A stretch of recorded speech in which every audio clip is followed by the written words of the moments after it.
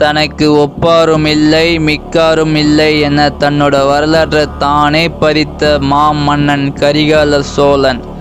கரிகாலன், திருமாவளவன், கரிகால் பெருவளத்தான், மாவளத்தான் என்று ஏராளமான பட்டப்பெயர்களை பெற்றிருந்தான் கரிகால சோழன். தெற்கு பகுதிகளை வென்று இமயத்தில் புலிகொடி பொறித்து கடல் கடந்து இலங்கை வென்ற வீராதி வீரன் கரிகால சோழனின் வரலாற்றை தெரிந்து கொள்வதற்கு நாம் எல்லாம் பெருமைப்பட வேண்டும். கரிகாலன் எங்கள் தமிழ் மன்னன், அவன் பிறந்த மண்ணில்தான் நாங்களும் பிறந்திருக்கோம் என இந்த உலகிற்கு பெருமையோடு சொல்லுங்கள். அப்படிப்பட்ட கரிகாலனின் வாழ்க்கை வரலாற்றை உங்களிடம் பகிர்ந்து கொள்வதில் நான் பெருமை கொள்கிறேன். அதுக்கு முன்னாடி இப்போ தான் நம்ம சேனலுக்கு ஃபஸ்ட் டைம் நீங்கள் வரீங்கன்னா நம்மளோட சேனலை சப்ஸ்கிரைப் பண்ணுங்கள். ஸோ வாங்க வீடியோக்குள்ளே போகலாம். கரிகாலனுடைய தந்தை தான் இலங்கை சென்னி. இவர் ஒரு மிக சிறந்த மாமன்னர். இலங்கை சென்னிக்கும் வேளிர் குலத்து இளவரசிக்கும் திருமணம் ஆகுது. கரிகால சோழன் தன் தாய் வயிற்றில் இருக்கும்போது இலங்கை சென்னிக்கும் எதிரி நாடான பாண்டியர்களுக்கும் போர் நடக்குது. அந்த போரில் இலங்கை சென்னி கடுமையாக போரிட்டு வீரமரணம் அடைகிறாரு. இதை சாதகமாக பயன்படுத்த நினைச்சு சோழ நாட்டு சிற்றரசர்கள் சில எதிரி நாட்டு மன்னர்களுடன் இணைந்து சோழ நாட்டை கைப்பற்றினார்கள். இதற்கு மேலேயும் அரண்மனையில் இருந்தால் தன்னுடைய வயிற்றில் வளரும் குழந்தைக்கும் தனக்கும் ஆபத்துன்னு தெரிஞ்சுக்கிட்ட இளவரசி கோட்டையை விட்டு தப்பிச்சு போய் காட்டுக்குள்ளே யாருக்கும் தெரியாமல் மறைஞ்சி வாழுறாங்க. சில மாதங்கள் அப்படியே கடந்து போகுது. அன்று ஒரு நாள் திடீரென வயிற்று வலி. சிறிது நேரத்தில் இளவரசிக்கு ஒரு புலிக்குட்டி பிறக்குது. ஆமாங்க, அந்த புலிக்குட்டி தான் பிற்காலத்தில் நாட்டையே ஆளும் கரிகால சோழன். அந்த புலிதான் நமக்கெல்லாம் பிற்காலத்தில் எமனாக வரப்போறான்றது அன்று ஆட்சியை கைப்பற்றின சதிகாரர்கள் யாரும் நினைச்சு கூட பார்க்கவே இல்லை. வருடங்கள் ரொம்ப வேகமாக ஓடின. கரிகாலனும் சோழ நாட்டிற்குள் நுழையும் தருணம் வந்தது. சோழ மன்னனின் விசுவாசமான அதிகாரிகள் எல்லாம் சேர்ந்து கரிகாலனையும் அவனது தாயையும் தேடிக்கிட்டு இருக்காங்க. ஒரு பக்கம் ஒரு வழியாக ரொம்ப கடினப்பட்டு கரூரில் ஒரு கிராமத்தில் இருக்கிறத கண்டுபிடிக்கிறாங்க. அப்புறம் கரிகால சோழனை சோழ நாட்டிற்கு அழைச்சி வராங்க.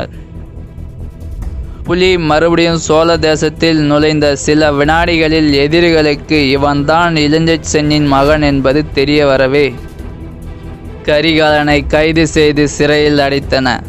அப்போது அந்த சோழ புலிக்கு வயது வெறும் 5 மட்டுமே. கரிகாலனும் அவனுடைய தாயும் மறைஞ்சி வாழ்ந்த காலத்தில் அவங்களுக்கு உதவியாக இருந்தது கரிகாலனுடைய மாமன் இரும்பிட தலையர்தான். கரிகாலன் சிறு பிள்ளையாக இருந்தாலும் அவன்தான் நமக்கு யமன் என்று புரிஞ்சுக்கிட்ட எதிரிகள் இதற்கு மேல் இவனை விட்டு வைக்க கூடாது என எண்ணி கரிகாலன் இருந்த சிறைக்கு தீ வைக்கின்றனர். இதை எப்படியோ அறிந்து கொண்ட கரிகாலனின் மாமன் சிறைக்குள் புகுந்து கரிகாலனை காப்பாற்றினார். திடீரென்று ஒரு கட்டையில் கரிகாலனின் கால் மாட்டி காலில் தீக்காயம் ஏற்பட்டது. இதன் காரணமாக இவனை கருகிய காலை உடையவன் என அழைத்தார்கள். காலப்போக்கில் இவன் வீரம் விவேகம், இவன் போருக்கு சென்றால் எதிரி நாட்டு படை எல்லாம் அலரும். இதனாலேயே காலப்போக்கில் கரிகால சோழன் என்ற பட்ட பெயர் பெற்றார். அந்த சிறையிலிருந்து தப்பித்த கரிகால சோழன் போர் கலைகளை எல்லாம் முறையாகவும் தெளிவாகவும் கற்றுக்கொண்டு ஒரு மிகப்பெரிய வீரனானான். கரிகாலனின் விசுவாச மக்களை எல்லாம் ஒரு படையாக திரட்டி சீரும் புலியாக வாள் வேல் அம்பு எடுத்துக்கொண்டு போருக்கு சென்றான். இவர்கள் வெண்ணி எனும் இடத்தில் ஒன்று கூடின. தனது உரிமையை தட்டி பறிக்க நினைத்தவர்களோட தலைகளை எல்லாம் வெட்ட வெறி கொண்டு காத்திருந்தான் கரிகாலன். பொடிப்பையன் நம்மளை என்ன பண்ணிடுவான்னு இலக்கணமாக நினைச்ச எதிரிகளுக்கு வெண்ணி போர்ல ஒரு நல்ல பாடம் கற்பித்தான். போரின் ஒரு புறம் கரிகால சோழன், மற்றொரு புறம் சேர மன்னன், பாண்டிய மன்னன், இவர்களுக்கு துணையாக 11 குறுநில மன்னர்கள் இருந்தன. இத்தனை எதிரிகளையும் கரிகால சோழன் ஒற்றை தலைவனாகவும் ஒற்றை வீரனாகவும் நின்று எதிர்த்தான். முரசு கொட்டிய உடனே போர் தொடங்கியது. யானைகள் எல்லாம் பிளிர் கொண்டு மோதின. குதிரைப்படை சீறி பாய்ந்தன. காலாட்படை வாள் வீசின. வாள்களும் வாள்களும் வேல்களும் வேல்களும் கேடயங்களும் கேடயங்களும் மோதின. கரிகாலன் தன் வாளை எடுத்து அவன் வாளை சுழற்றிய திசைகளில் எல்லாம் மனித தலைகள் தரையில் உருளத் தொடங்கின. கரிகாலனோட வீரம் எதிரிகளுக்கும் அவங்க வீரர்களுக்கும் மரண பயத்தை கொடுத்துச்சு. அவனோட வீரம் சோழ வீரர்களுக்கு உற்சாகத்தை கொடுத்துச்சு. கரிகாலனின் படை வெற்றியை நோக்கி சென்று கொண்டிருந்த போது பாண்டியர்களின் படை சேரர்களின் படை பின்வாங்கியது. பின்வாங்கிய படைகள் எல்லாம் சிறிது நேரத்தில் சிதறி ஓட ஆரம்பித்தன. கரிகாலனின் வெற்றி இன்னும் அதிகமாச்சு. கண்ணில படுற எதிரிகள் எல்லாம் துவம்சம் செய்தான். தலைகளை வெட்டி வீழ்த்தினான். எரிமலையாக பொங்கி எதிரிகளை நெருப்பாய் சுட்டெரித்தான். அப்போது ஒருவன் தனி ஒருவனாக கரிகாலனை எதிர்த்து நேருக்கு நேர் நின்று போர் செய்தான். கரிகாலனின் வீரத்திற்கு அவன் சற்றும் குறைந்தவன் அல்ல. இருவரில் எவர் வெல்வார் என்பதை நிச்சயமாக யூகிக்கவே முடியாது. அந்த வீரர் யாருன்னா சேரமான் பெருஞ்சேரலாதன். ரொம்ப நேரம் 2 பேருக்கும் கடுமையான சண்டை நடக்குது. ஒரு கட்டத்தில் பொறுமையை இழந்த கரிகால சோழன் தன் ஈட்டியை பெருஞ்சேரலாதன் மார்பில் இறக்கினான்.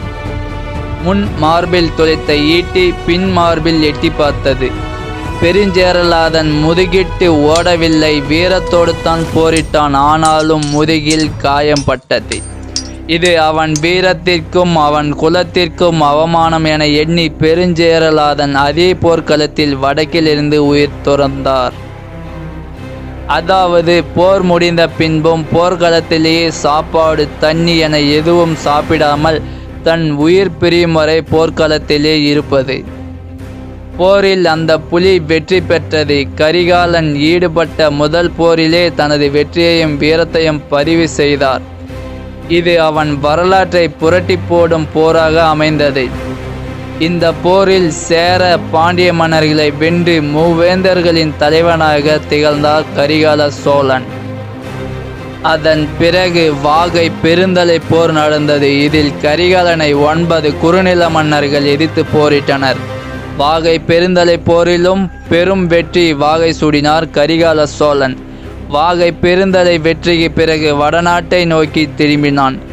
வஜ்ஜிரம், மகநதம், அவந்தி போன்ற நாட்டின் மீது போர் தொடுத்தான்.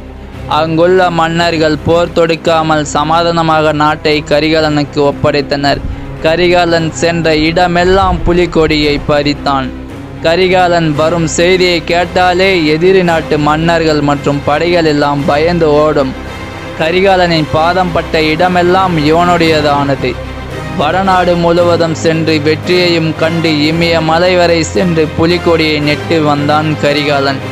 சோழர்களின் ஆட்சி காலத்தில் முதலாக இமயமலை வரை ஆண்ட ஒரே மன்னன் அது நம்ம கரிகாலன் தான். அதன் பிறகு கடல் கடந்து இலங்கை நாட்டின் மீது போர் தொடுத்து இலங்கை தேசம் முழுவதுமாக கைப்பற்றி அங்கும் தனது புலிகொடியை நாட்டினான். 8 திக்கும் கரிகால சோழன் வாழ்க வாழ்க என மக்கள் வரவேற்றனர்.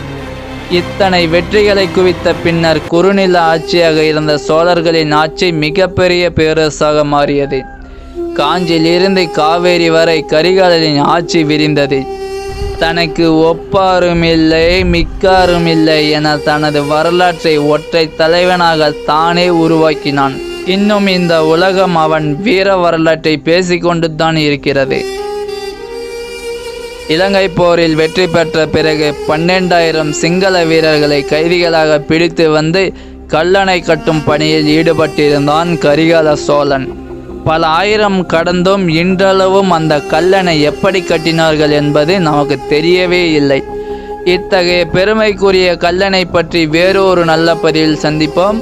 அதுவரை உங்களிடமிருந்து விடை பெறுவது உங்கள் நண்பன் மில்சன் திருமால். ஸோ இந்த வீடியோ உங்களுக்கு பிடிச்சிருந்தா லைக், ஷேர், கமெண்ட் அண்டு மறக்காமல் நம்மளோட சேனலை சப்ஸ்கிரைப் பண்ணுங்கள். ஸோ கடைசி வரைக்கும் இந்த வீடியோ பார்த்த உங்கள் அனைவருக்கும் என்னுடைய மனமார்ந்த நன்றி. அடுத்த ஒரு நல்ல பதிவில் சந்திப்போம்.